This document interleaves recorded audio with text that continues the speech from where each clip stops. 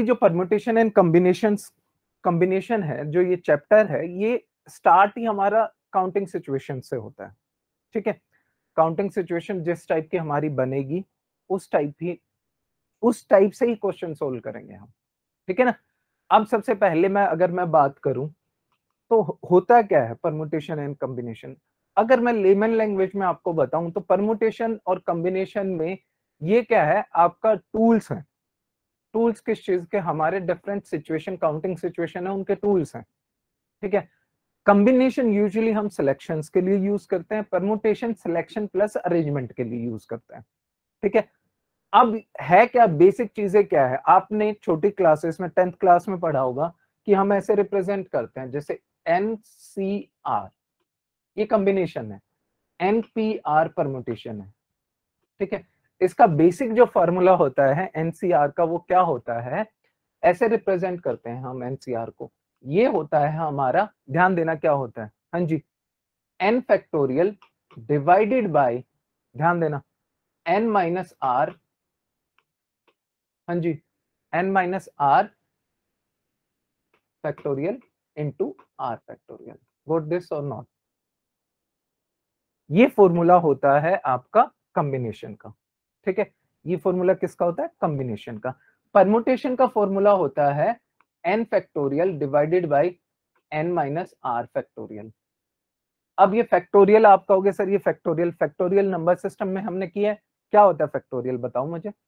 देखो ये चीजें ना आपको सोल्व करनी आनी चाहिए, ये सिचुएशन सोल्व करनी आनी चाहिए। हम देखेंगे कैसे करेंगे, इजी होता है, प्रैक्टिस करोगे तो ये बहुत फास्ट होने लगेगा। ठीक है, जब तक हम प्रैक्टिस नहीं करते तब तक हमें डिफिकल्ट लगता है। जब हम प्रैक्टिस करने लग जाते हैं ना तो ये चीजें आसान लगने लग जाएंगी। और मैं कह रहा हूं कि सिर्फ काउंटिंग सिचुएशन है, स्पेसिफिक टाइप की काउंटिंग सिचुएशन है, उसी बेसिस पे आपको ये करना है। समझ रहे हो मेरी बात? तो आज हम ये डिटेल में करेंगे, क्या क्या काउंटिंग सिचुएशन है, कैसे कैसे हमें करना है, इनकी भी बातें करेंगे। देखो जैसे आपने 10th या 11th में पढ़ा है परम्यूटेशन वाला चैप्टर, वो वाले क्वेश्चंस नहीं आएंगे आपको। एनपीआर और एनसीआर बेस्ड क्वेश्चन कम आएंगे, मतलब कहने का मतलब डायरेक्ट सोल्व करना, ऐसे क्वेश्चंस उसमें बहुत डिफिकल्ट लेवल के आते हैं। लेकिन हमारे क्या स्टेटमेंट टाइप के क्वेश्चन होंगे, स्टेटमेंट टाइप के, ना कि डायरेक्ट ये क्वेश्चन। ठीक है, हाँ फैक्टोरियल क्या होता है आपका, जैसे n फैक्टोरियल है तो n into n minus one up to आपका 1, ये चीज हमने की थी नंबर सिस्टम में, डिटेल में की थी। देखो धीरे धीरे क्या होगा, हम जैसे बढ़ते जाएंगे आपको चीजें समझ आने लगेंगी, टाइम लगता है थोड़ा थोड़ा। ठीक है, सबसे पहला काम हम काउंटिंग सिचुएशन स्टार्ट करते हैं और उन्हीं काउंटिंग सिचुएशन के बेस पे हम क्वेश्चंस करेंगे बाद में। ठीक है, डिफरेंट काउंटिंग सिचुएशंस आपको लिखनी है, मैं क्या कह रहा हूं, लिखनी है, करनी है। ठीक है, लिखोगे मेरे साथ साथ। तो डिफरेंट काउंटिंग सिचुएशन डायरेक्ट करते हैं इस चैप्टर को हम, वही काउंटिंग सिचुएशन आपको उसमें अप्लाई करनी है, किस पे, क्वेश्चंस पे अप्लाई करनी है, सीधा सीधा। सबसे पहला पहला टूल नंबर 1 लिख लो ये चीजें। टूल नंबर 1 क्या होगा,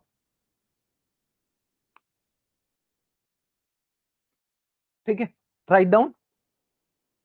ये है हमारा सिंपल एनसीआर टूल। भाई किस काउंटिंग सिचुएशन में एनसीआर आपका रिजल्ट होगा, किस काउंटिंग सिचुएशन में एनसीआर आपका रिजल्ट होगा। ठीक है, अब ये किस काउंटिंग सिचुएशन में हमारा काम आता है, right down. This tool is used for,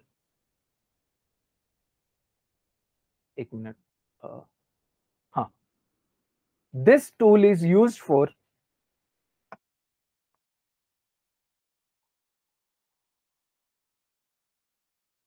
tool is used for, ध्यान देना जो लिखा जाएगा उसको ध्यान से पढ़ना है, is used for the specific, for the specific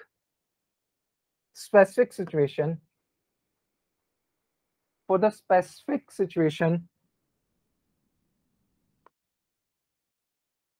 specific situation of counting। मैं क्या कह रहा हूं, काउंटिंग की जो अलग अलग सिचुएशन होगी उन्हीं के बारे में डायरेक्ट हम करेंगे। Situation of counting, counting counting counting the number of ways of selecting, counting the number of ways of selecting, number of ways of selecting, ways of selecting,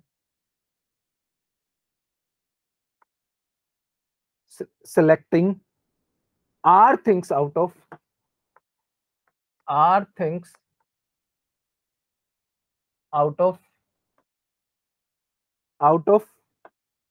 n distinct thing, n distinct, इसके नीचे underline भी कर लो क्योंकि ये important है, n distinct things.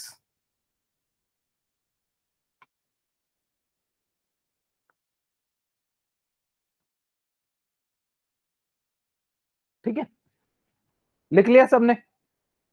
This tool is used for the specific situation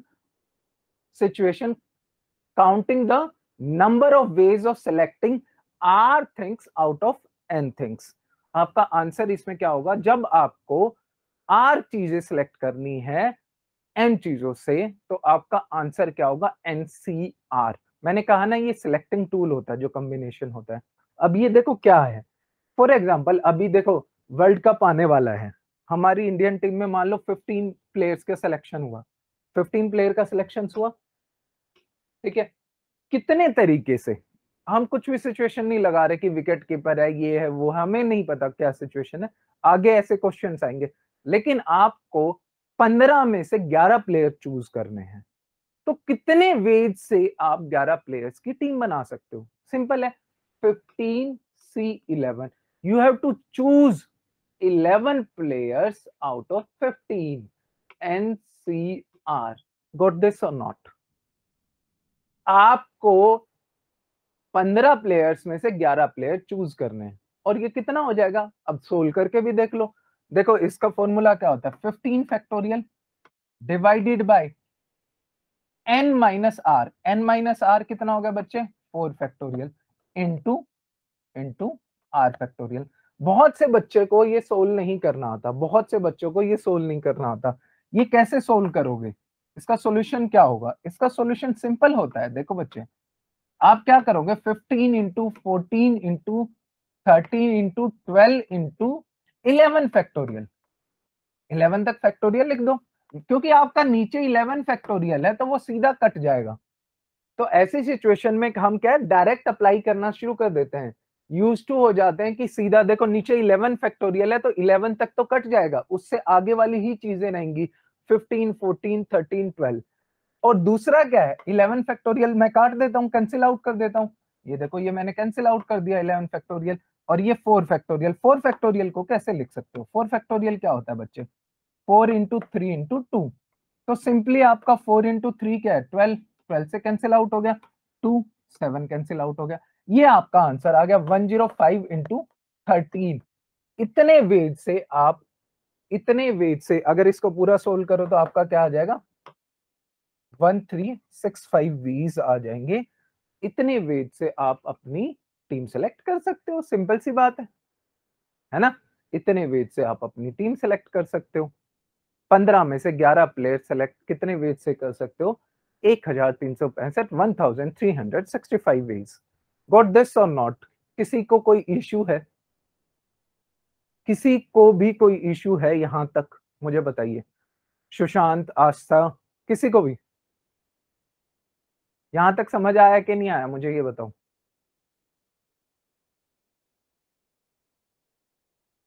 got it? चलिए फिर next tool पे बढ़ते हैं. देखो बेटा, यही सिचुएशन है, ये बहुत सबसे ज्यादा क्वेश्चन इसी पे आएंगे, और इसी का यूज देखना आप, इसी का यूज करेंगे हम प्रोबेबिलिटी में भी. ठीक है, बहुत से क्वेश्चंस में भी इजी बन जाता है अगर आपको सिचुएशंस पता है. Next write down second counting situation लिखो. The tool for counting the n number of, ध्यान देना, the tool for counting, second लिख लो, लिखने हैं ये. The tool for counting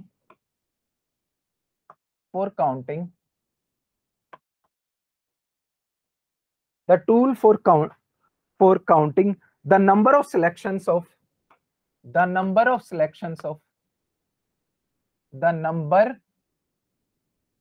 of selections of R things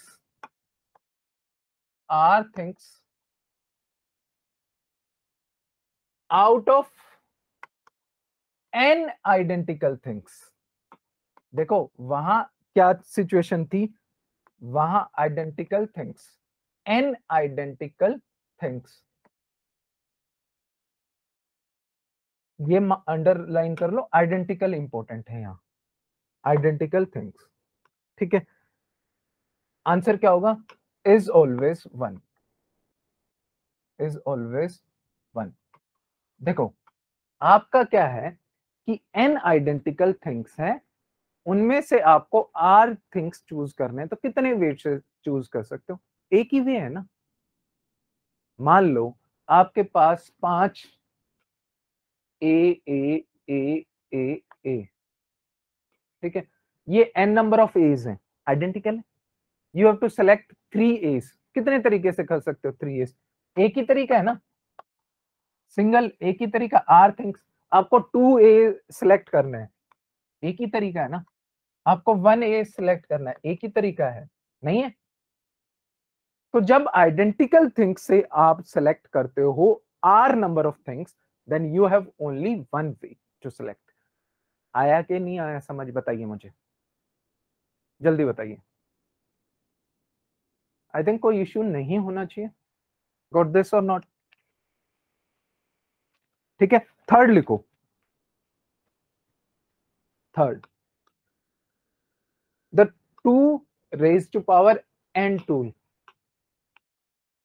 2 raised to power n tool। अब देखो पहली इसको ना 2 raised to power, ये लिख लो 2 raised to power n tool। अब जो पहली स्टेटमेंट लिखी थी उस पे आ जाते हैं हम, जो पहली स्टेटमेंट लिखी थी उस पे आ जाते हैं, ठीक है।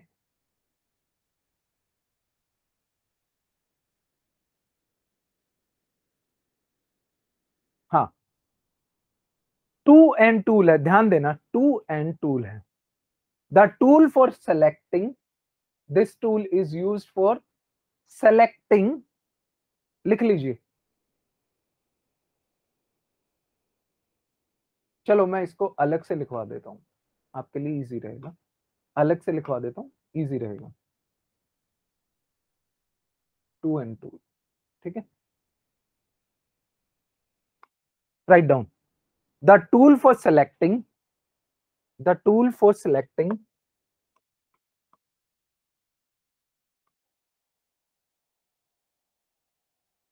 the tool for selecting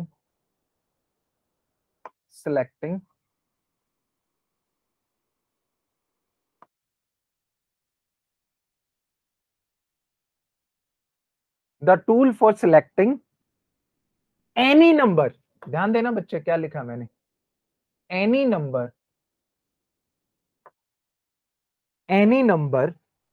including zero, क्या लिखा मैंने, including zero, including zero of any number of things, any number of things, bracket में क्या लिखना है, इंक्लूडिंग जीरो, मतलब आप सिलेक्शन ना भी करो, any number of things from n distinct things, from n distinct things,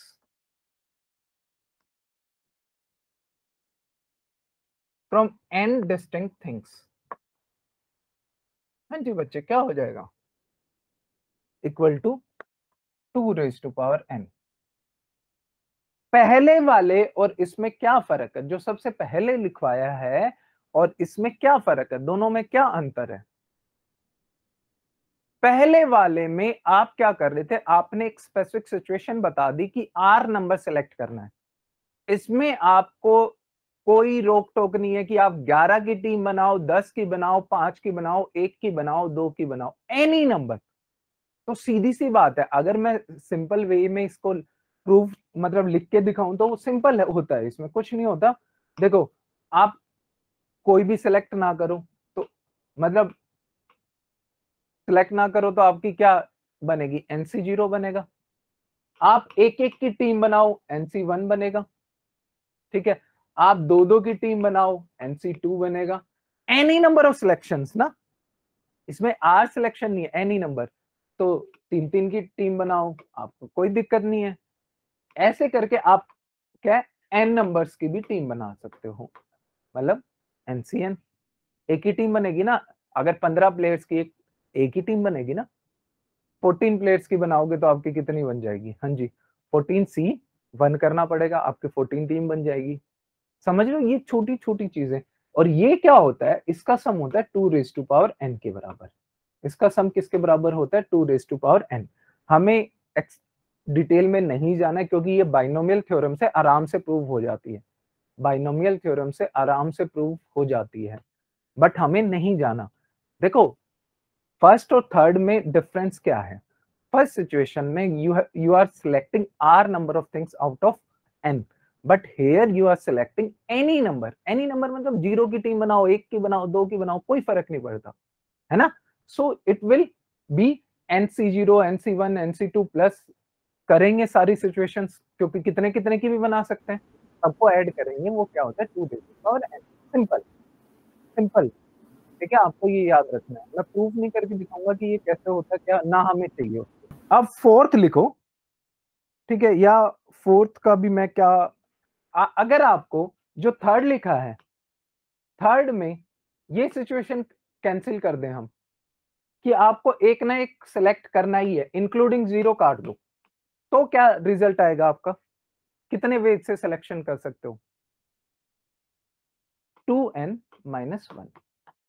जहां आपकी सिचुएशन ऐसी बनी कि आपको सेम चीज है सब कुछ, selecting any number of things, any number, उसमें इंक्लूडिंग जीरो नहीं है, मतलब आपको एक ना एक सिलेक्ट करना है, एक प्लेयर की टीम बनानी ही बनानी है। तो क्या हो जाएगा आपका सिचुएशन?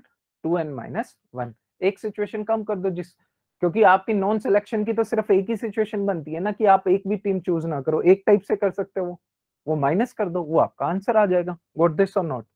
प्रांशु, मैं शेयर कर लूंगा कल वाली रिकॉर्डिंग भी, ठीक है। चलिए, गॉट दिस और नॉट?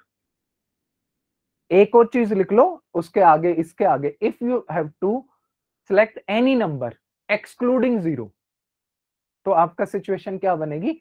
2n-1। गॉट दिस और not? Write down next, next चीज लिखो।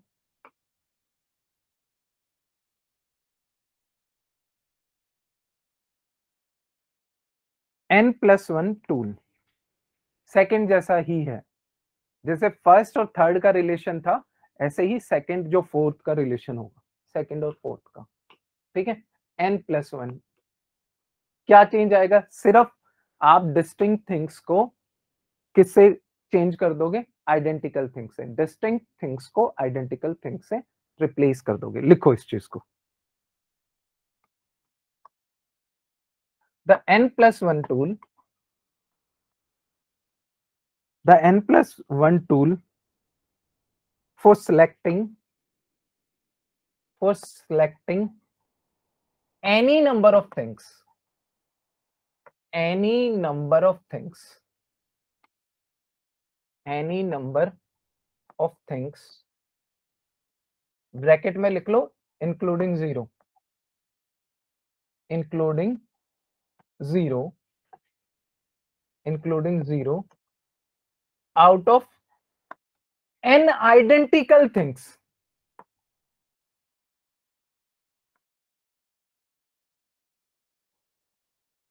मतलब क्या हो गया बच्चे यहां? ये कितनी होगी? n+1। फॉर एग्जाम्पल, सिंपल सा एग्जाम्पल है, अगर आप सीधा देखो, अगर आप के पास 5 ए है, उसमें एनी नंबर ऑफ थिंग्स आप सिलेक्ट कर सकते हो।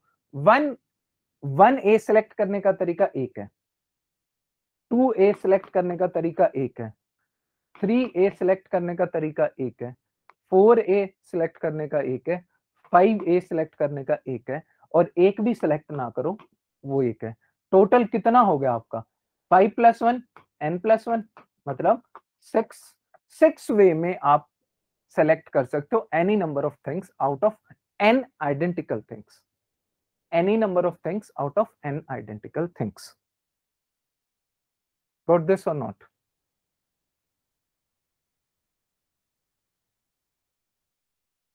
Got this or not?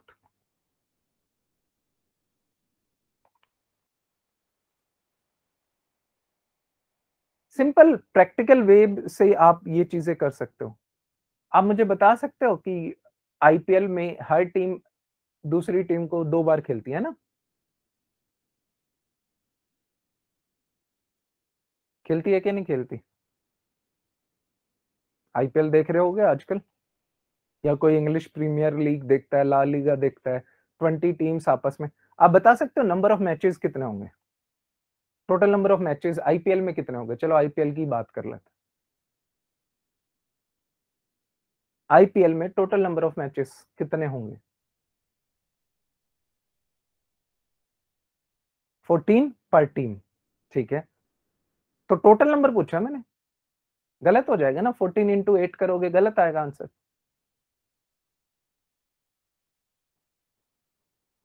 समझ ही नहीं रहे हो? जिस टीम से वो खेल चुकी है 14 इंटू 13 इंटू 14 प्लस 12 प्लस 10 ऐसे आएगा आपका आंसर। तो उसको डायरेक्ट करना हो तो कैसे करोगे? 14 प्लस 12 प्लस, मैं आंसर बता देता हूँ, या 7 plus 6 plus 5 plus 4 plus 3 plus 2 plus 1 into 2, ये आंसर आएगा आपका। इसको डायरेक्ट करना हो तो कैसे करोगे आप, ये मुझे बताओ। एक बात बताओ, एक मैच खेलने के लिए कितने सिलेक्शंस करने हैं आपको? एक मैच करने के लिए 8 टीमों में से कितने टीम, एक मैच में कितनी टीमें होती है? 2 होती है, ठीक है। मतलब आपको 2-2 के पेयर्स बनाने हैं ना? सिंपल सी बात है। यू हैव टू सिलेक्ट, ध्यान देना, यू हैव टू सिलेक्ट, हाँ जी, 2 teams out of n number of teams. कितने पेयर्स बना सकते हो? आपके पास 8 टीम है। आपके पास कितनी है टीम? 8 टीमें। You have to select any 2, ठीक है। एक एक मैच में ये होगा, और आप कह रहे हो कि 2-2 मैच खेलते हैं हर्ट इंटू 2। 8C2 क्या होता है? 8C2 क्या होता है? ध्यान देना, इसको सोल्व करके दिखाऊंगा तुम्हें।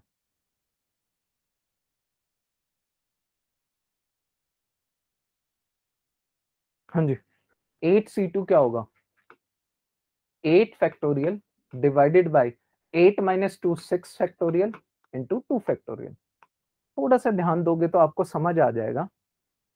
2 इंटू 7, 8 इंटू 7 डिवाइडेड बाय 2। देखो, n into n minus 1 divided by 2। समझो कि नहीं समझो?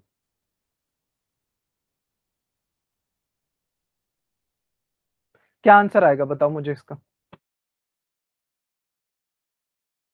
56 मैचेस। 7 प्लस 6 कितना हो गया? 13 plus 5 18 plus 4 22 plus 3 25 plus 2 27 plus 1 28। Got this और नॉट? सिंपल है। एक एक मैच खेलते तो इतने नंबर ऑफ मैचेस होते। वो कह रहे हैं 2 बार खेलती है टीम एक टीम को, 2 इंटू। ये क्वेश्चंस कौन से बनते हैं? हैंडशेक के क्वेश्चंस नहीं आते। किसी पार्टी में 10 बंदे हैं, 10 पीपल हैं, तो आप कैसे, कितने हैंडशेक्स होंगे उनके बीच में? 10C2, 10C2 सिंपल है ना? कितने हैंडशेक्स होंगे? 10C2 होंगे, सिंपल बिल्कुल। नंबर ऑफ हैंडशेक्स कितने होंगे? 10C2, क्योंकि आपको 2-2 के पेयर बनाने हैं। तो ये एप्लीकेशन है इन चीजों की जो आप सीख रहे हो। गॉट दिस और नॉट? किसी को डाउट है इसमें? और आप, जो मैं जैसे काउंटिंग कर रहा हूं, सिंपल सी बात है, 8 टीम है, तो जो मान लो ए टीम है वो 7 मैच खेलेगी, सिंगल सिंगल मैच की बात कर रहा हूं, 7 मैच खेलेगी, ठीक है, 7 काउंट कर लिए। बी टीम का, इसके साथ तो आप काउंट कर चुके हो, अलग टीमों के साथ, अलग दूसरी टीमों के साथ 6 मैच होंगे कि नहीं होंगे? जो सी टीम होगी, उसके 5 होंगे कि नहीं, क्योंकि ये 2 तो काउंट कर चुके हैं ना पहले ही। तो जो सुशांत गलती कर रहा था वो क्या कर रहा था, 14 इंटू 8 कर देते हैं सीधे। पर टीम 14 तो खेलती है, लेकिन वो डबल काउंट नहीं हो जाएगा हर टीम का हर टीम से, समझ लो। डी टीम है, 4 काउंट करोगे, क्योंकि इनके साथ तो काउंट हो चुके हैं ना, ए बी सी के साथ तो डी वाले मैच काउंट हो चुके हैं कि नहीं हो चुके, तभी ये आता है। ये आ जाएगा आपका, हाँ जी सॉरी मैंने वो फॉर्मूला गलत लिखा था, n इंटू एन प्लस 1 होता है वो, my bad, n into n plus 1 होता है वो। यहाँ करेक्ट कर लेना बाय 2, यही आया था ना आपका फॉर्मूला। हाँ जी देखिए, सॉरी ये n इंटू एन प्लस 1 आएगा यहाँ आपका। हाँ जी, यहाँ आपका देखो 7 प्लस 6 प्लस अप टू 1 है, n नेचुरल नंबर्स का जोड़, 7 इंटू 8/2, यही तो आया था 28। ऐसे होता है ये चीजें, एप्लीकेशन धीरे धीरे सीख जाओगे, टाइम लगेगा लेकिन इस चीज का। व्हाट दिस और नॉट, डाउट है किसी को? हैंडशेक वाले, आपके मैचेस वाले क्वेश्चन ऐसे ही होते हैं, बेसिक क्वेश्चन। डिफिकल्टी लेवल इसका कितना भी बढ़ा सकते हैं, कि 5 आपकी विमेन है 5 मैन है, ऐसे क्वेश्चन आगे देखेंगे हम, ठीक है। नेक्स्ट टू लिखो। हाँ जी सुशांत कुछ कह रहे हो? सर ये 28 क्या है? क्या चीज? 28 जो आंसर है हमारा, ये 28 क्या चीज है? 28 इंटू 2 56 आएगा ना टोटल मैचेस। Okay sir. 56 आएगा ना, एक एक मैच खेलेंगे तो 28 मैच आएंगे, उसको डबल कर दो 56। Yes sir, yes sir.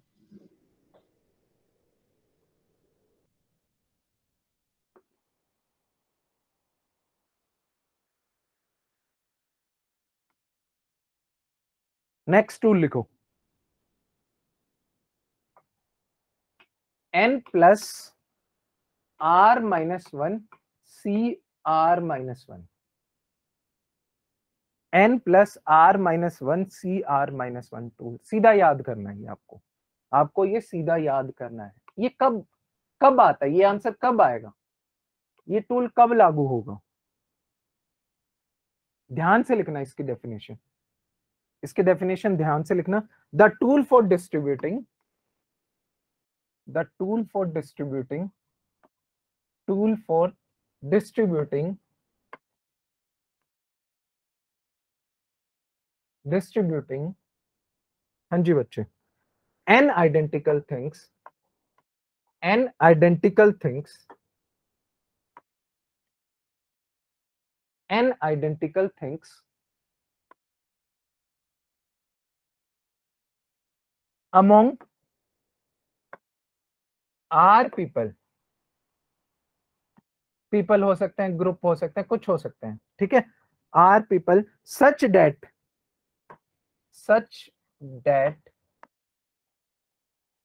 any person, any person, any person, any person might get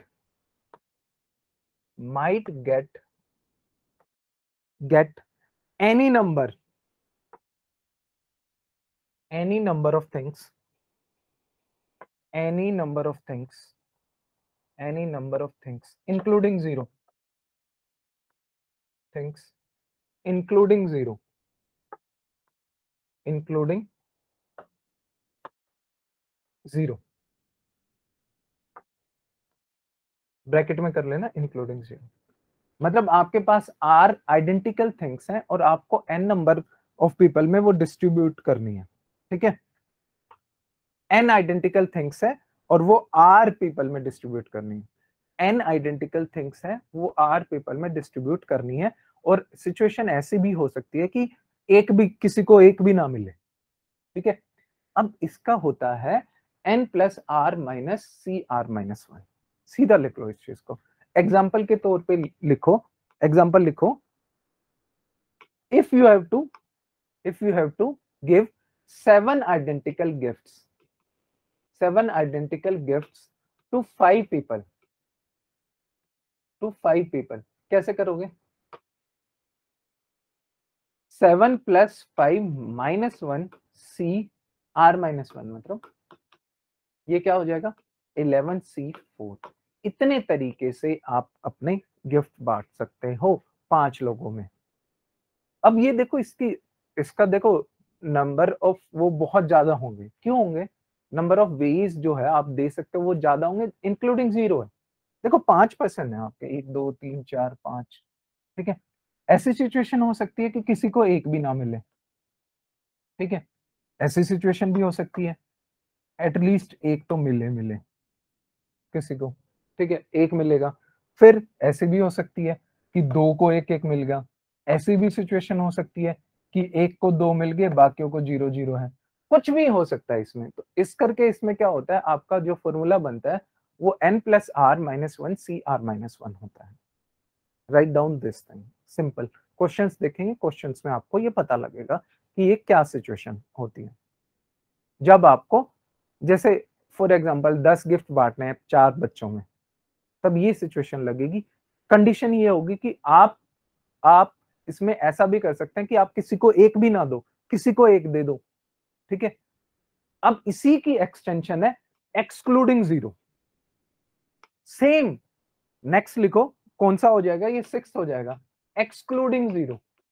same situation है, उसकी एक्सटेंशन ही है excluding 0। If you have to distribute n things identical n things to r person, n identical gift, identical है ये, n identical gifts to n person और r person, then excluding 0, मतलब आपको एक एक तो देना ही है। ऐसा नहीं कर सकते कि आप एक ना दो, ठीक है, एक्सेप्ट 0, ठीक है। गेट एनी नंबर एक्सेप्ट 0, 0 नहीं किसी को, मतलब आप ऐसा नहीं कर सकते कि आप किसी को एक भी ना दो।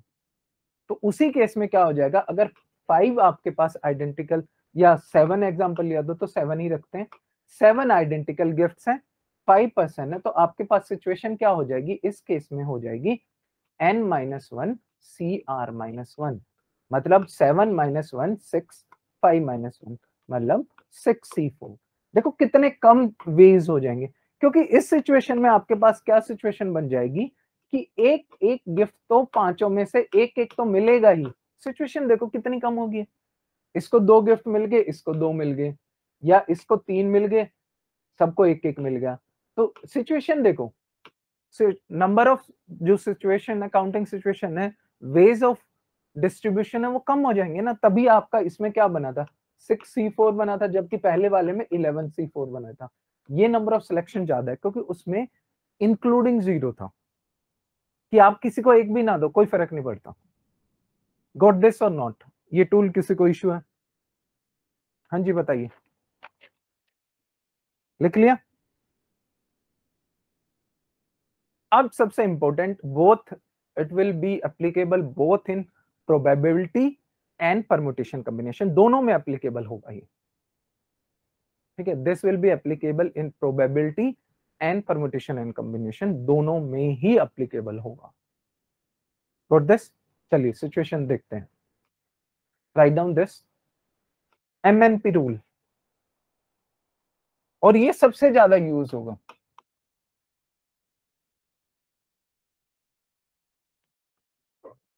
MNP रूल लिखो, the tool for counting the number of ways of doing, the tool for counting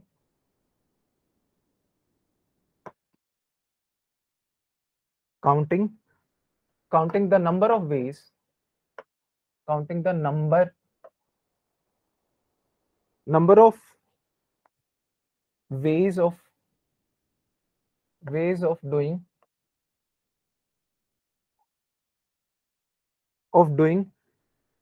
three things।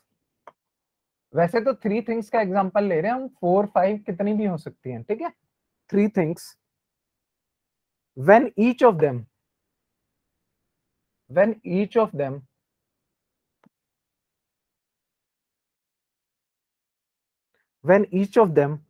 has to be done has to be done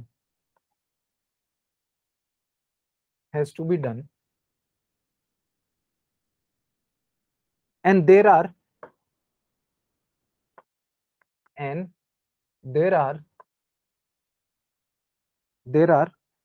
ways of doing first thing, m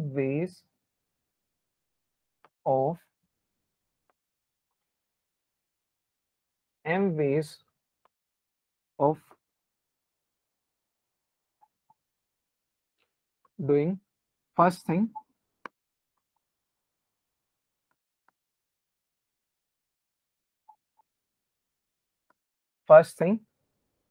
n ways of doing second thing, n ways of doing second thing,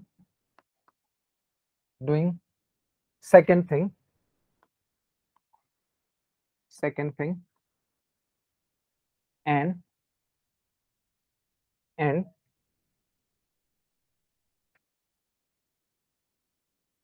ways of n p ways of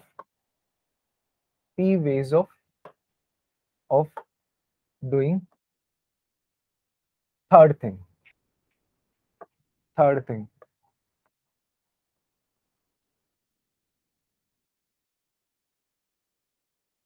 ठीक है, then the जो मतलब then इतना लिख लिया, then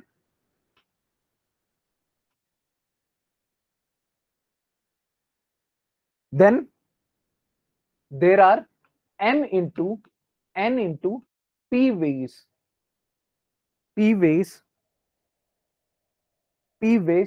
of doing things, m into p ways of doing things.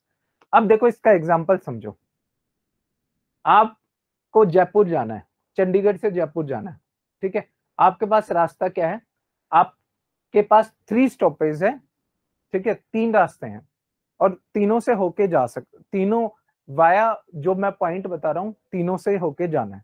तो देखो for example मैं एक एग्जांपल ले रहा था, आपको जयपुर जाना है, Chandigarh to Karnal, Karnal to Delhi, Delhi to Jaipur, ये रास्ता है आपका, ठीक है। करनाल आप 4 रास्तों से जा सकते हो, 4 वेज, 4 तरीके, लेकिन करनाल जाके ही वाया करनाल ही जाना है आपको। करनाल टू दिल्ली आपके पास 5 रास्ते हैं, 5 वेज से, और जयपुर टू दिल्ली आप 3 वेज से, दिल्ली टू जयपुर 3 वेज से जा सकते हो, ठीक है। आप कितने वेज से, कितने रास्ते, कितने तरीके से आप जयपुर जा सकते हो, चंडीगढ़ टू जयपुर कितने तरीके से जा सकते हो। तो Chandigarh to Karnal m ways 4, हाँ जी 4 into 5 into 3, 5, Karnal to Delhi 5 way, कितना हो गया 60 वेज से आप अपना रास्ता चूज कर सकते हो। This is meaning of this. समझ रहे हो कि नहीं समझ रहे हो? सिंपल है। फॉर एग्जांपल आपको कैसे क्वेश्चंस में ये एप्लीकेबल है, आपको बताना है कि इन डिजिट्स की, फॉर एग्जांपल आपके पास डिजिट्स हैं 1 2 3 4 5 6, ठीक है, ये डिजिट्स हैं। आपको 4 डिजिट नंबर बनाना है, आपको क्या बनाना है 4 डिजिट नंबर बनाना है। 4 डिजिट नंबर, कितने 4 डिजिट नंबर बनेंगे विदाउट रिपीटेशन ऑफ डिजिट्स? मैंने क्या बोला, विदाउट रिपीटेशन ऑफ डिजिट्स। कितने बनेंगे बच्चे, कितने होंगे? सीधी सी बात है, हमारे पास टोटल डिजिट्स हैं 6 है, तो पहली पोजीशन पे आपके कितने डिजिट्स आ सकते हैं? 6 वेज है डूइंग दिस, कोई भी 6। नेक्स्ट पोजीशन पे जो यहां आ गई वो यहां नहीं आ सकती है ना, 5 वेज। जो इन दोनों जगह आ गई वो यहां नहीं आ सकते, इंटू 4 इंटू 3। तो टोटल नंबर कितने हो जाएंगे? ऐसे नंबर जो इन डिजिट से 4 डिजिट नंबर बनाने हो वो कितने हो जाएंगे? 6 इंटू 5, 30 इंटू 4, 120 इंटू 3, 360 ऐसे नंबर होंगे जो इन डिजिट से हम बना सकते हैं। 4 डिजिट नंबर 360 होंगे इन डिजिट से जो हम बना सकते हैं। गॉट दिस और नॉट? रिपीटिशन नहीं होनी चाहिए डिजिट्स की रिपीटिशन नहीं होनी चाहिए। गॉट दिस और नॉट, इस रूल में कोई दिक्कत है? हाँ जी, गॉट इट और नॉट?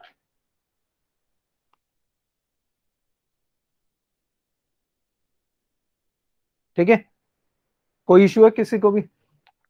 नेक्स्ट लिखो, the r factorial rule, the r factorial tool. R factorial है ये अरेंजमेंट का, किस चीज का? अरेंजमेंट का। Write down, this tool is used for, this tool is used for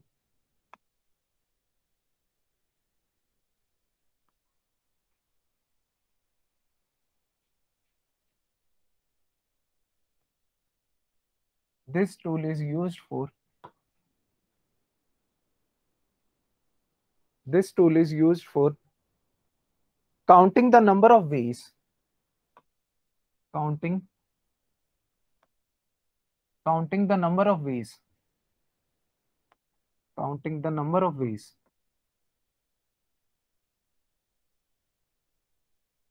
counting the number of ways,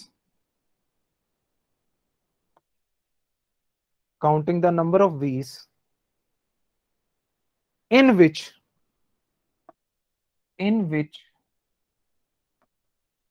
you can arrange, you can arrange, you can arrange our things at our places, our things at our places, r factorial ways से। कितने veg से? Are factorial ways से। आपका answer क्या हो जाएगा? R factorial. मान लो आपकी एक रो है जिसमें 6 चेयर है, कितनी चेयर है? 6 चेयर है, और उस पे आपने 6 ही बंदे अरेंज करने। कितने बंदे अरेंज करने?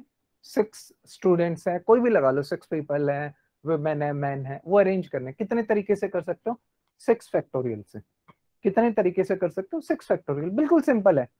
मान लो आपके पास 6 चेयर्स हैं, आर थिंग्स है, आर थिंग्स है और आर ही प्लेसेज है अरेंज करनी है। तो देखो 6 चेयर है तो पहली पे 6 आ सकते हैं, कोई भी 6 में से। सेकंड पे कोई भी 5 बच गए, कोई भी 4, कोई भी 3, कोई भी 2, कोई भी 1। 6 फैक्टोरियल नहीं हुआ? आर फैक्टोरियल नहीं हुआ ये? समझो कि नहीं समझो? कोई इश्यू किसी को? जब आपको आर प्लेसेस पे आर थिंग्स अरेंज करनी हो तो आर फैक्टोरियल आपका आंसर होगा। अब यही आगे एक्सटेंशन करेगा आपका परमुटेशन और कॉम्बिनेशन के रिलेशन क्या है, परमुटेशन और कॉम्बिनेशन का रिलेशन क्या है, इसी चीज से आगे करेंगे हम। यहां तक किसी को डाउट है? बताइए मुझे, यहां तक किसी को डाउट है?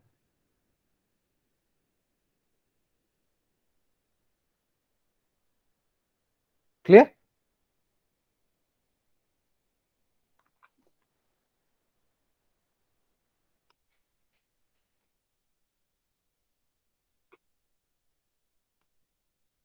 हाँ जी, and rule, A N D, and rule, ये दोनों के लिए इंपॉर्टेंट है, परमुटेशन, कॉम्बिनेशन एंड प्रोबेबिलिटी। ध्यान रखना इस रूल को, क्या रहेगा इस, ये रूल क्या रहेगा, ध्यान देना आपको। ठीक है, हाँ क्या होगा ये लिखो।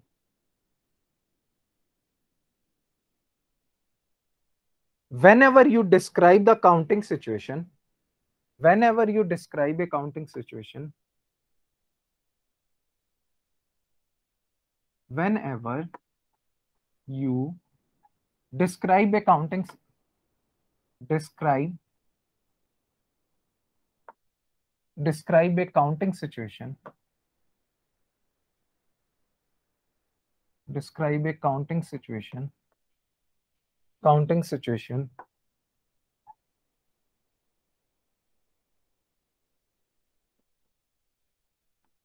whenever you describe a counting situation and can connect two different parts, and connect two different parts, connect two different parts, two different parts, two different parts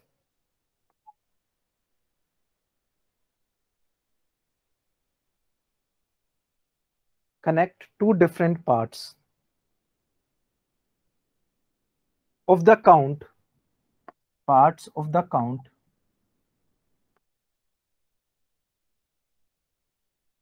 of the count by using conjunction, by using conjunction,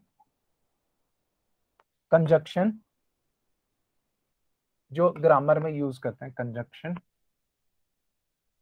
and ऐसे लिखना है and को, conjunction and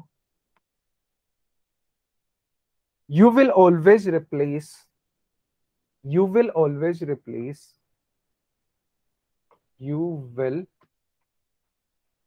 always replace, you will always replace, always replace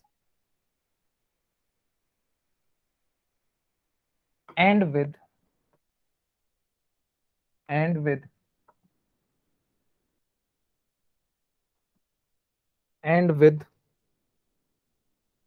a, with a multiplication sign, multiplication sign,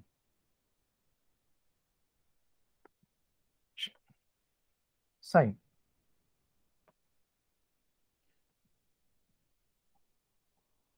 Got this or not? आप जब solution करोगे तो and को आपने रिप्लेस करना है मल्टीप्लाई के साइन से, ठीक है। ये चीज, ये एग्जांपल मैं आगे क्वेश्चंस में आपको दिखाऊंगा, ठीक है। कैसे, स्पेशली प्रोबेबिलिटी में हम देखेंगे कैसे एंड को मल्टीप्लाई साइन से करते हैं, और सेम और टूल और सिचुएशन सेम लिख दो, सब कुछ सेम लिख दो। जहां आपका और कंजक्शन है, दो काउंटिंग सिचुएशन को और कनेक्ट कर रहे हैं, क्या कनेक्ट कर रहे हैं, और आप क्या करोगे, और को रिप्लेस करोगे प्लस साइन से, किससे, एडिशन के साइन से, किससे करोगे, एडिशन के साइन से करोगे।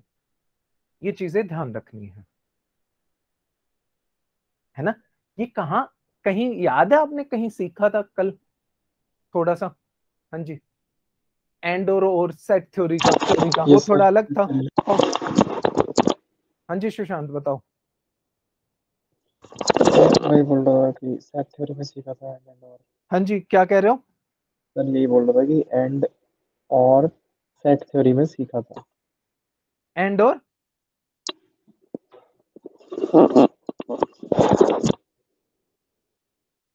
हाँ जी बताओ बताओ।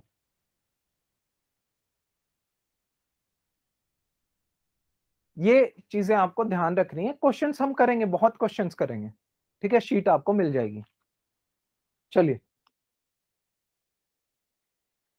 नेक्स्ट देखिए, नेक्स्ट, हाँ जी, और रूल हो गया आपका सर्कुलर। अब देखो एक चीज है जो बहुत इंपॉर्टेंट है, पहले वो समझो, कॉम्बिनेशन और परमुटेशन क्यों अलग अलग है, क्या फर्क है?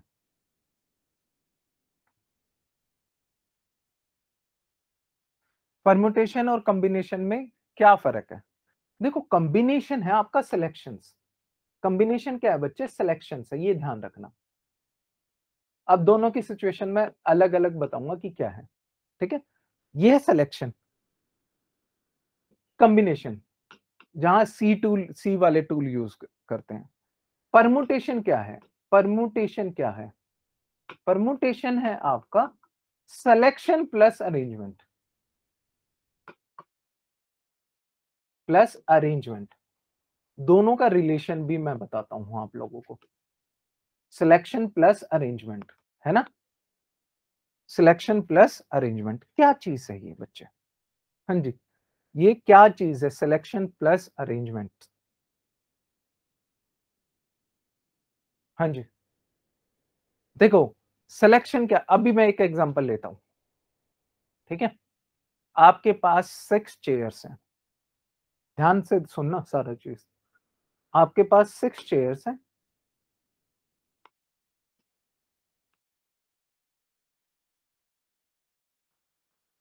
और 4 स्टूडेंट्स हैं।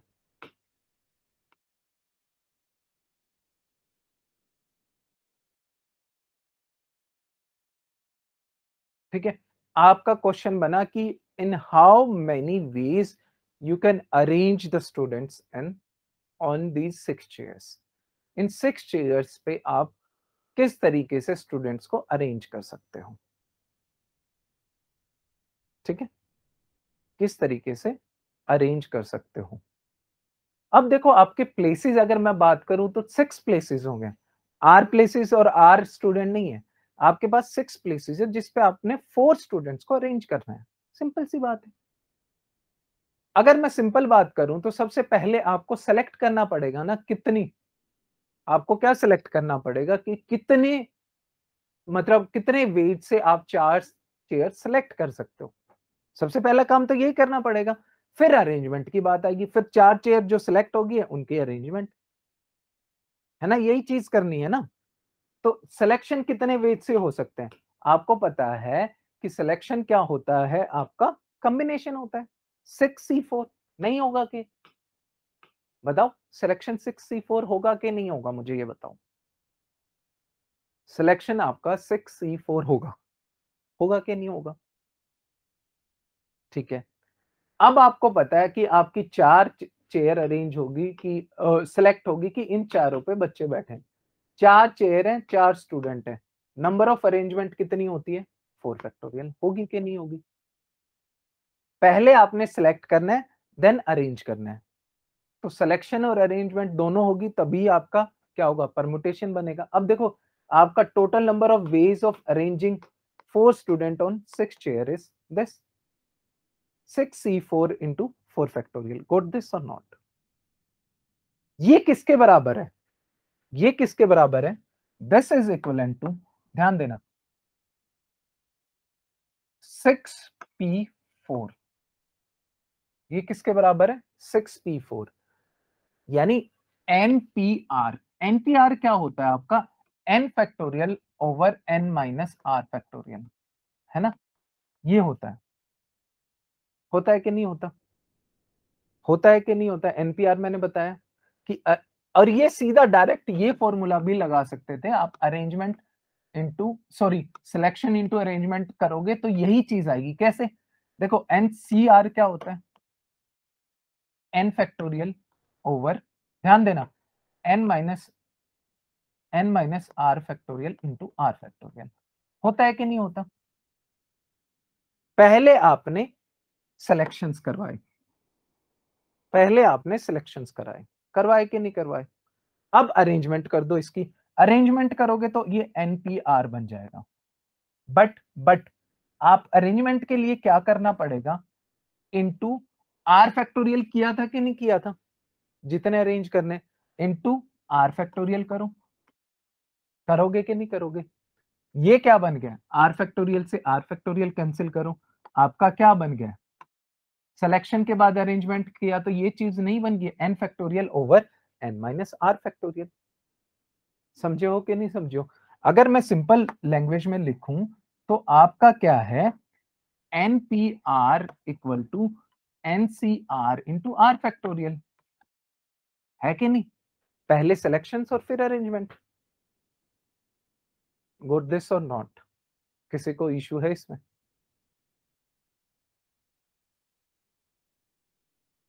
समझाइए मुझे, बताइए मुझे कि किसी को इश्यू है इस चीज में कि सिलेक्शन और अरेंजमेंट, परमुटेशन और कॉम्बिनेशन में क्या डिफरेंस है, क्या लोगे आप, बताओ मुझे। हाँ जी, बाकी लोग, किसी को इश्यू है।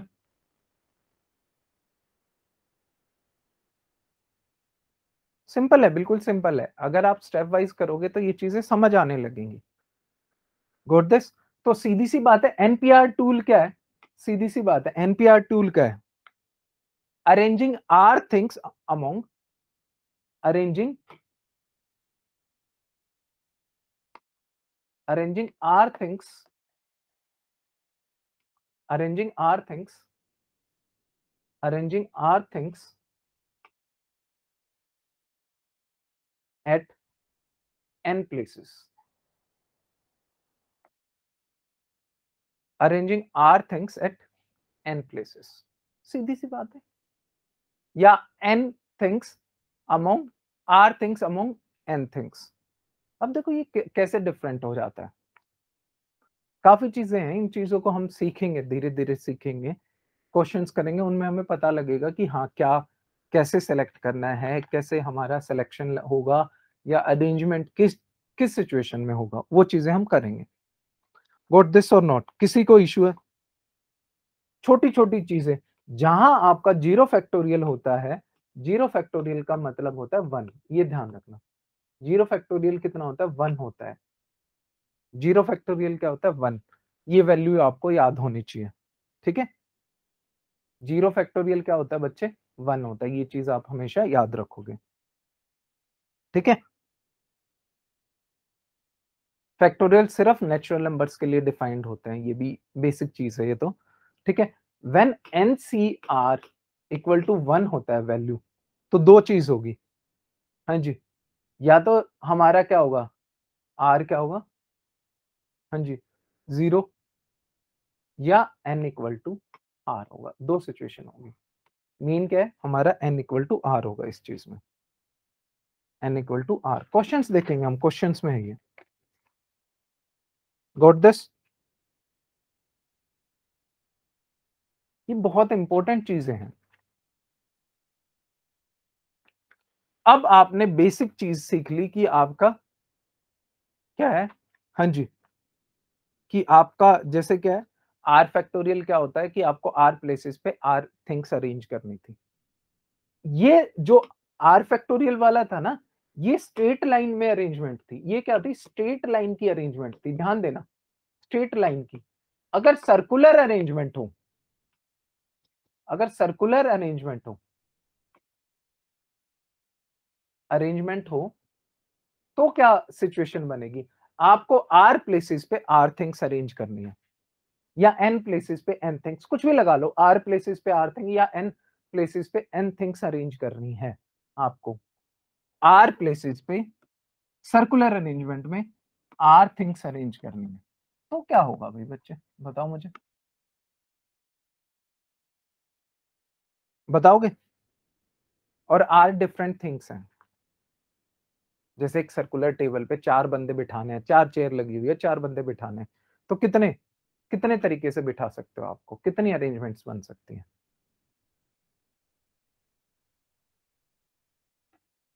हाँ जी, R-1 फैक्टोरियल.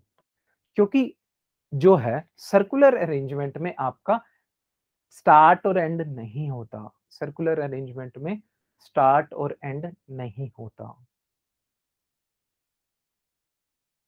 गॉट दिस और नॉट? R-1 factorial.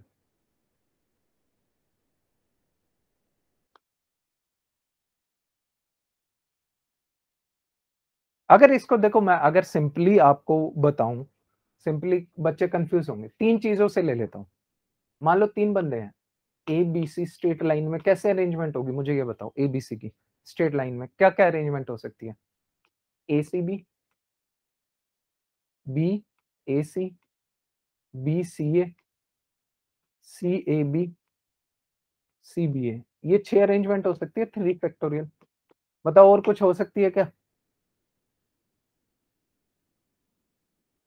इसमें कोई इश्यू है किसी को?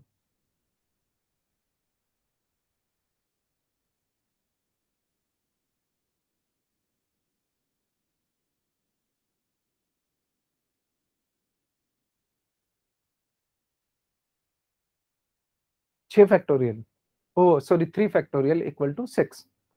अब यही चीज आपने सर्कुलर अरेंजमेंट में करनी है. ठीक है.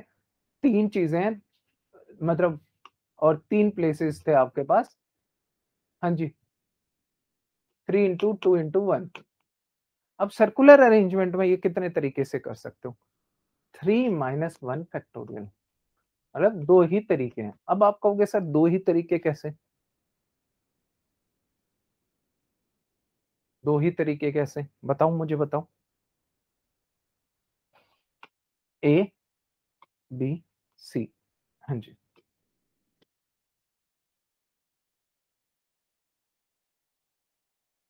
ठीक है।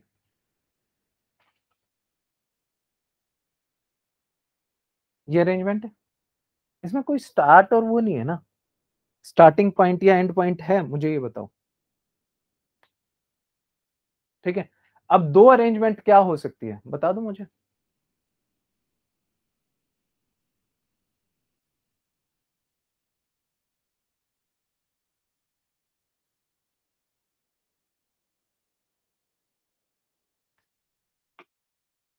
ए बी सी है, ए सी बी है, इसके अलावा कोई अरेंजमेंट दूसरी हो सकती है?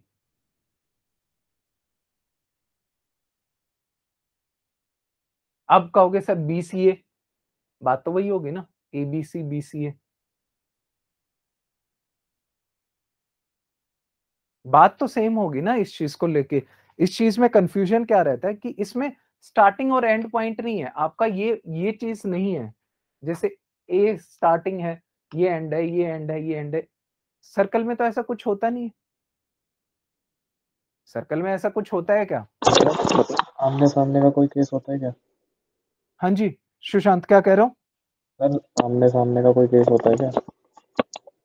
आमने सामने का मतलब सर जैसे सर्कल में है तो मतलब फेस हाइड करके ऐसा कुछ, फेस टू फेस करके ऐसा कुछ है कोई केस? समझा नहीं मैं, दोबारा बताओ मुझे क्या है।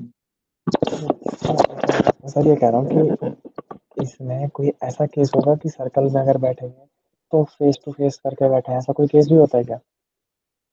फेस टू फेस, वो स्पेसिफिक सिचुएशन हो जाएगी, अगर क्वेश्चन देख लेंगे उसमें स्पेसिफिक सिचुएशंस में अलग अलग, लेकिन अरेंजमेंट तो इसी से होंगी ना, n-1 फैक्टोरियल।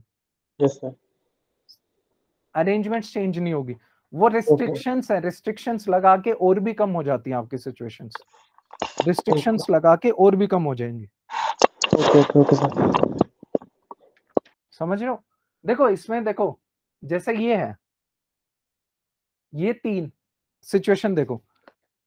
अब इसमें सिर्फ दो मैंने बताई है और उसमें कितनी बताई थी मैंने? हाँ जी, 6 अरेंजमेंट है इसमें, ठीक है। सर्कल में देखो, सर्कल में ये अरेंजमेंट ए, देखो ए बी सी, अगर मैं बात करूं ए बी सी, ठीक है, और B C A, B C A and C A B, and C A B. अगर मैं इसको दोबारा लिख के दिखाता हूं आपको ना, देखो सर्कल है, इसमें एंड पॉइंट और स्टार्टिंग पॉइंट नहीं है। ए बी सी, ध्यान देना, A B C, B C A, C A B, एक ही बात है ना, ये एक ही अरेंजमेंट है ना, ये A B C, B C A, C A B, कोई एंड पॉइंट कोई स्टार्टिंग पॉइंट नहीं है, तीन अरेंजमेंट ये एक ही जैसी है। हाँ बस उल्टा जो है, अगर मैं बात करूं, अगर आप दूसरी डायरेक्शन में जाते हो ये अलग हो जाएगा, ए C B, A C B, फिर देखो C B A C B, C B N C B A, B A C, ये तीनों लीनियर अरेंजमेंट सर्कल में एक ही चीज को रिप्रेजेंट कर रही है, क्योंकि कुछ भी एंड पॉइंट और स्टार्टिंग पॉइंट नहीं है, इसलिए हम n-1 फैक्टोरियल लेते हैं। अगर आप इसमें ये भी छोड़ दो ना, क्लॉकवाइज एंटी क्लॉकवाइज, फिर तो सिचुएशन और भी वो हो जाती है, कम हो जाती है।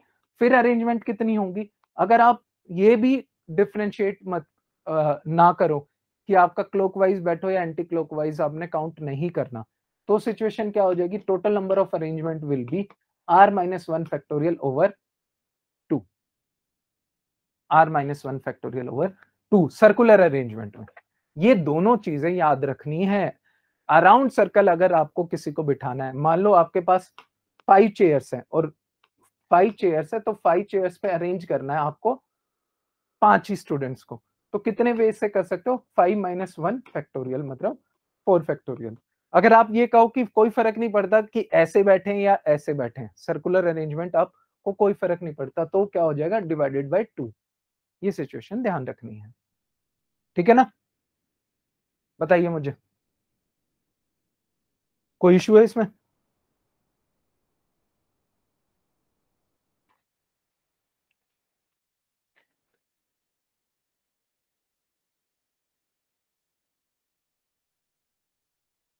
फिर एक बहुत इंपॉर्टेंट, बहुत ज्यादा इंपॉर्टेंट टूल कह लो, रिजल्ट है, बहुत इंपॉर्टेंट रिजल्ट है, बहुत important.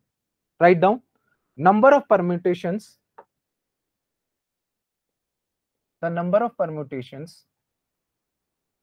number of permutation of n things, number of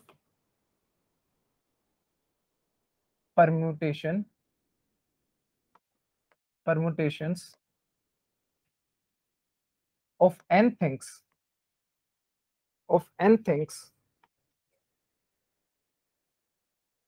n things out of which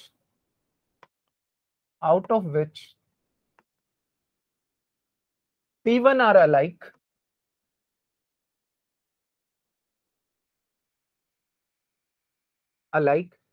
p2 are alike, मतलब एक जैसी हैं, and p3 are alike,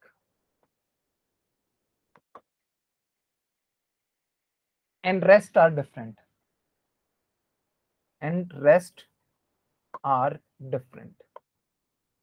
then total number of arrangement या permutations कितनी होंगी, टोटल नंबर ऑफ अरेंजमेंट या permutations कितनी होंगी, ये सबसे ज्यादा आने वाला क्वेश्चन है।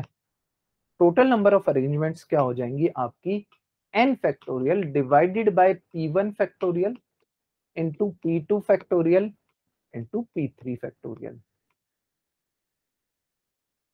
कैसे क्वेश्चंस होते हैं इसके? हाँ जी, कैसे क्वेश्चंस होते हैं इसके, बताओ।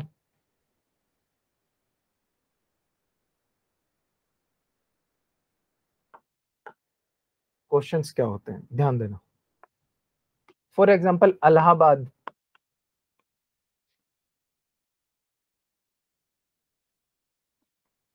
हाँ जी, स्पेलिंग ठीक है इलाहाबाद की। इस इन को यूज करके इलाहाबाद के जो हमारे वर्ड्स हैं, सॉरी अल्फाबेट्स है, इसको यूज करके कितने कितने आप वर्ड्स बना सकते हो, या कितने तरीके से इलाहाबाद को अरेंज कर सकते हो, परमुटेशन कितने तरीके से अरेंज कर सकते हो। अब टोटल देखो, 1 2 3 4 5 6 7 8 9, 9, टोटल कितना है, 9, 9 फैक्टोरियल। क्या हो जाएगा, n क्या हो गया, 9 फैक्टोरियल। अब आपका आंसर 9 फैक्टोरियल नहीं आएगा, क्योंकि देखो 1a 2a 3a 4a same है, तो इनकी अरेंजमेंट में तो कोई फर्क नहीं पड़ेगा, इनकी अरेंजमेंट में कोई फर्क पड़ेगा, हाँ जी, कौन सा एक कहीं भी आए। इसलिए हम क्या करते हैं उसको, क्योंकि ये चारों एक है, एक जैसे हैं, P1 टाइप। इधर देखो L, 2 L है, 2 फैक्टोरियल। अगर कुछ और सेम होता तो हम और करते।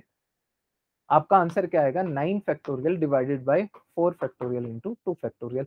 इतने वर्ड्स बन सकते हैं इलाहाबाद से, इतने वर्ड्स बन सकते हैं, चाहे मीनिंगलेस हो मीनिंगफुल हो हमें मतलब नहीं है, लेकिन इतने वर्ड्स बन सकते हैं इलाहाबाद के जो अल्फाबेट्स हैं उसे यूज करके। गॉट दिस और नॉट?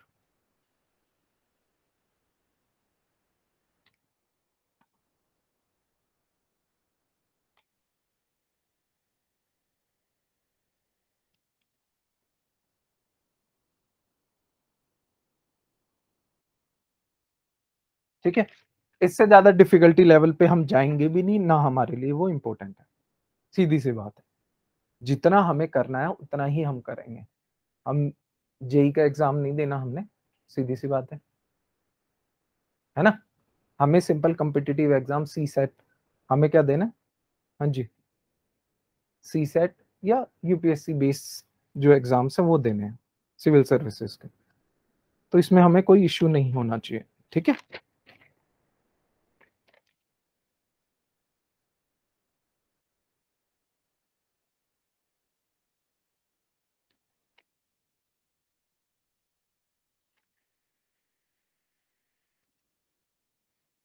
अब थोड़े से इस बेस ना जो है इसी चैप्टर में थोड़ा सा हम देखो थोड़े से क्वेश्चन जो है इसमें ना फिगर काउंटिंग वाले क्वेश्चंस भी आते हैं, थोड़ा सा डिफरेंट कॉम्बिनेशन से हमारे फिगर काउंटिंग वाले भी क्वेश्चन हो जाते हैं, ठीक है।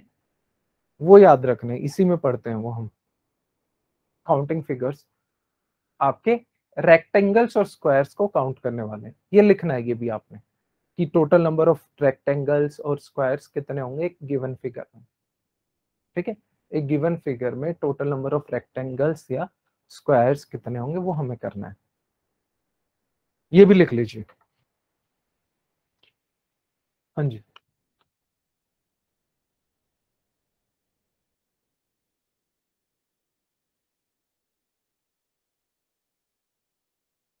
Number of squares, number of squares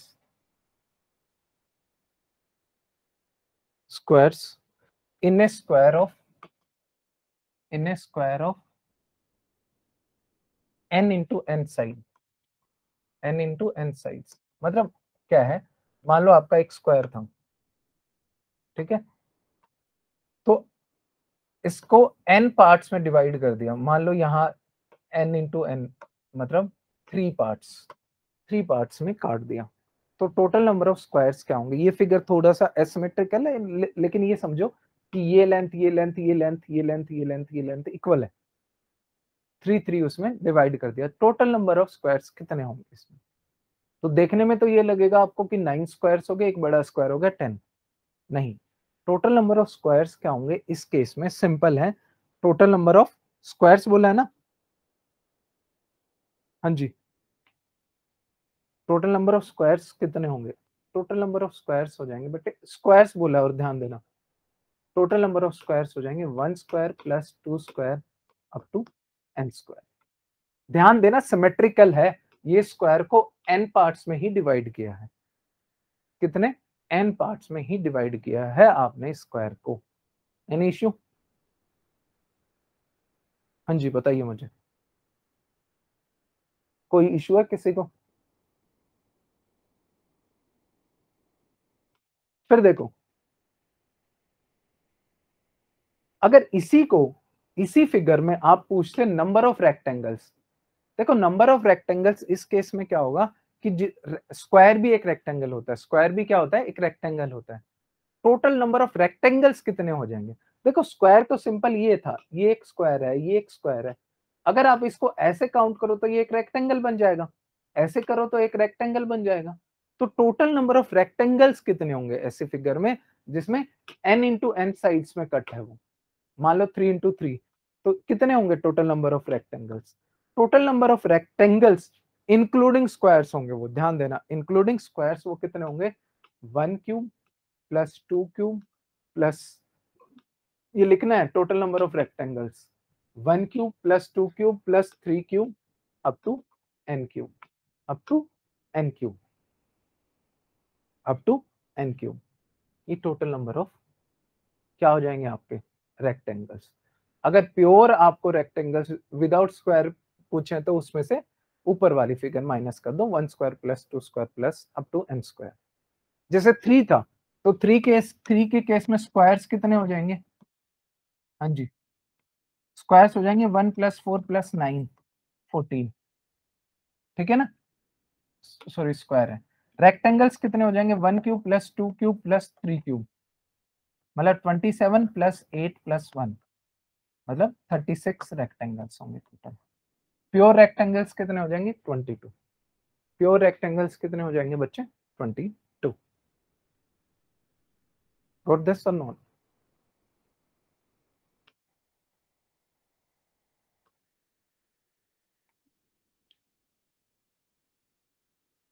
अब इसी काउंट से आगे बढ़ते हैं, अगर आपका हाँ जी एक रेक्टेंगल टाइप है इक्वल लेंथ के, मतलब आपका जो है m इंटू n, आपका m आपके आप कह सकते हो कि m रोज होगी, ये वाली रोज क्या होती है, ये इक्वल लेंथ की m रोज में डिवाइडेड है, मान लो m 4 है आपका, m कितना है 4, n आपका 5 है, n कितना है बच्चे 5, ये कॉलम्स हो गए, m rows n columns of, ध्यान देना, ऑफ इक्वल लेंथ,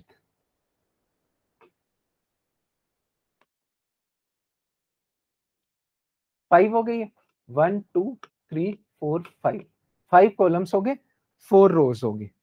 इस केस में नंबर ऑफ स्क्वायर्स कितने होंगे, इस केस में नंबर ऑफ स्क्वायर्स कितने होंगे, ऐसे केस में नंबर ऑफ स्क्वायर्स कितने होंगे, नंबर ऑफ स्क्वायर्स कितने होंगे इस केस में, बता सकता कोई मुझे? हाँ जी, इस केस में नंबर ऑफ स्क्वायर्स कितने होंगे, एनीबॉडी? हाँ जी, नंबर ऑफ स्क्वायर्स हो जाएंगे आपके बच्चे, लिखो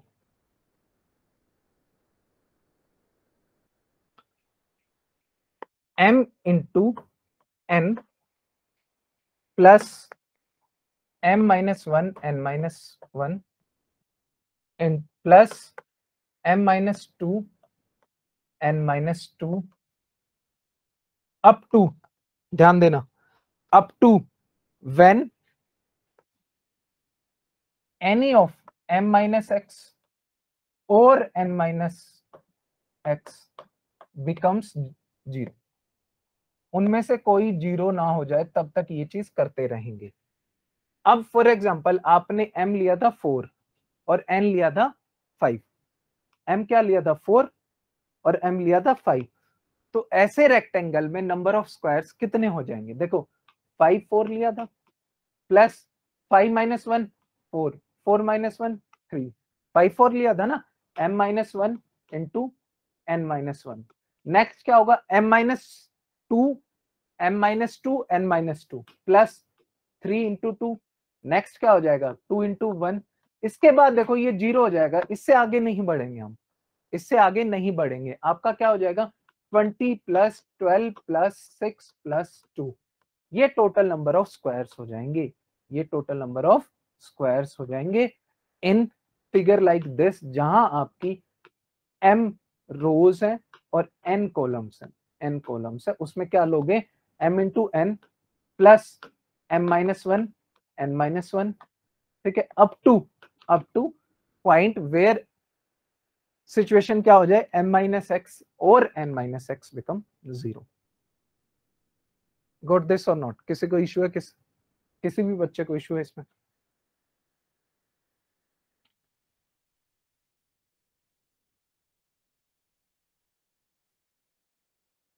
ठीक है, अब हाँ जी, ये हो गया आपका टोटल नंबर ऑफ, हाँ जी, स्क्वायर्स कितने होंगे, किसी को कोई इश्यू है?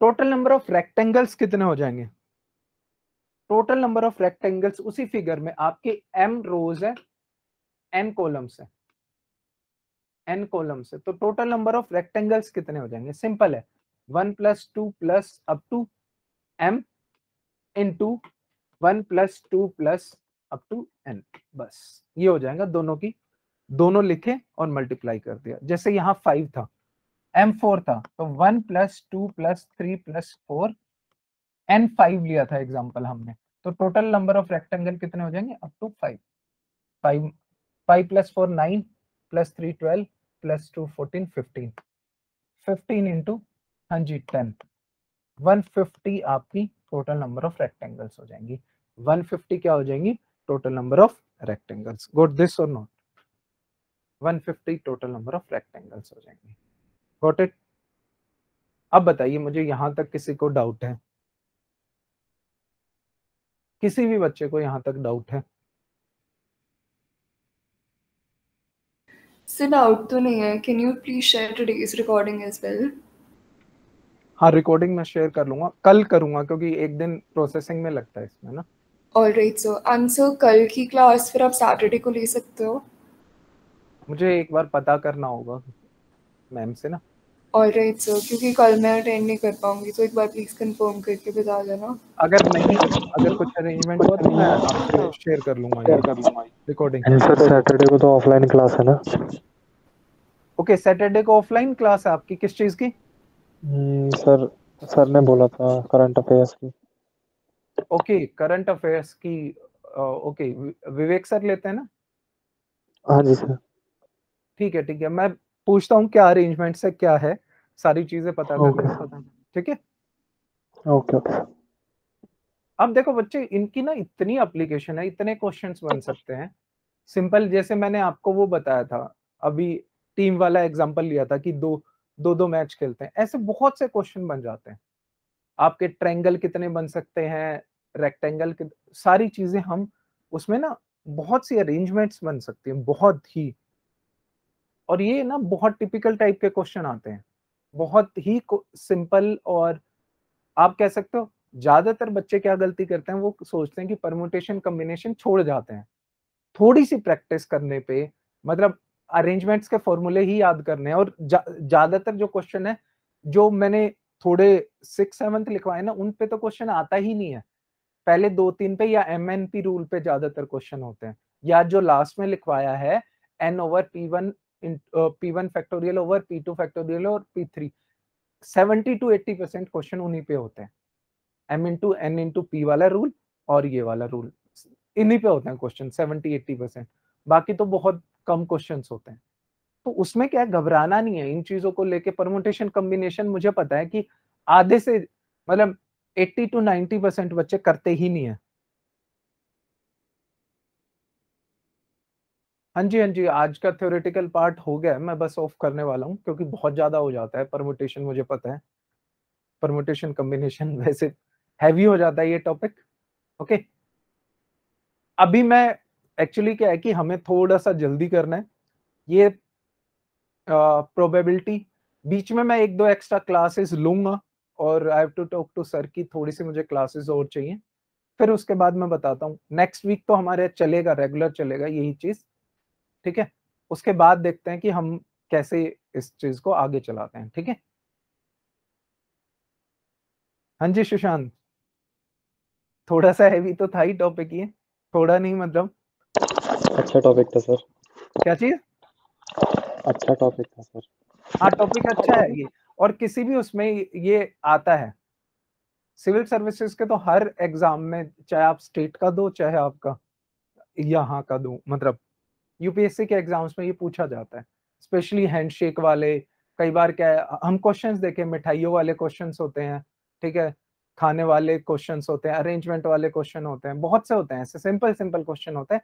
अगर आपको अरेंजमेंट्स पता है, गिफ्ट वाले, कार्ड बांटने वाले, ठीक है, फिर आगे हम देखेंगे इसी चीज की एप्लीकेशन आपकी प्रोबेबिलिटी में होगी, सेम चीज की एप्लीकेशन आपकी प्रोबेबिलिटी में हो जाएगी, मुश्किल नहीं है वो भी। ठीक है, चलिए फिर आज यहीं ओवर करते हैं इस चीज को। ठीक है, रिकॉर्डिंग मैं आप लोगों से शेयर कर लूंगा। आज की शीट नहीं है, कल वाली करो, कल मैं शीट शेयर कर लूंगा आप लोगों से। ठीक है, चलिए।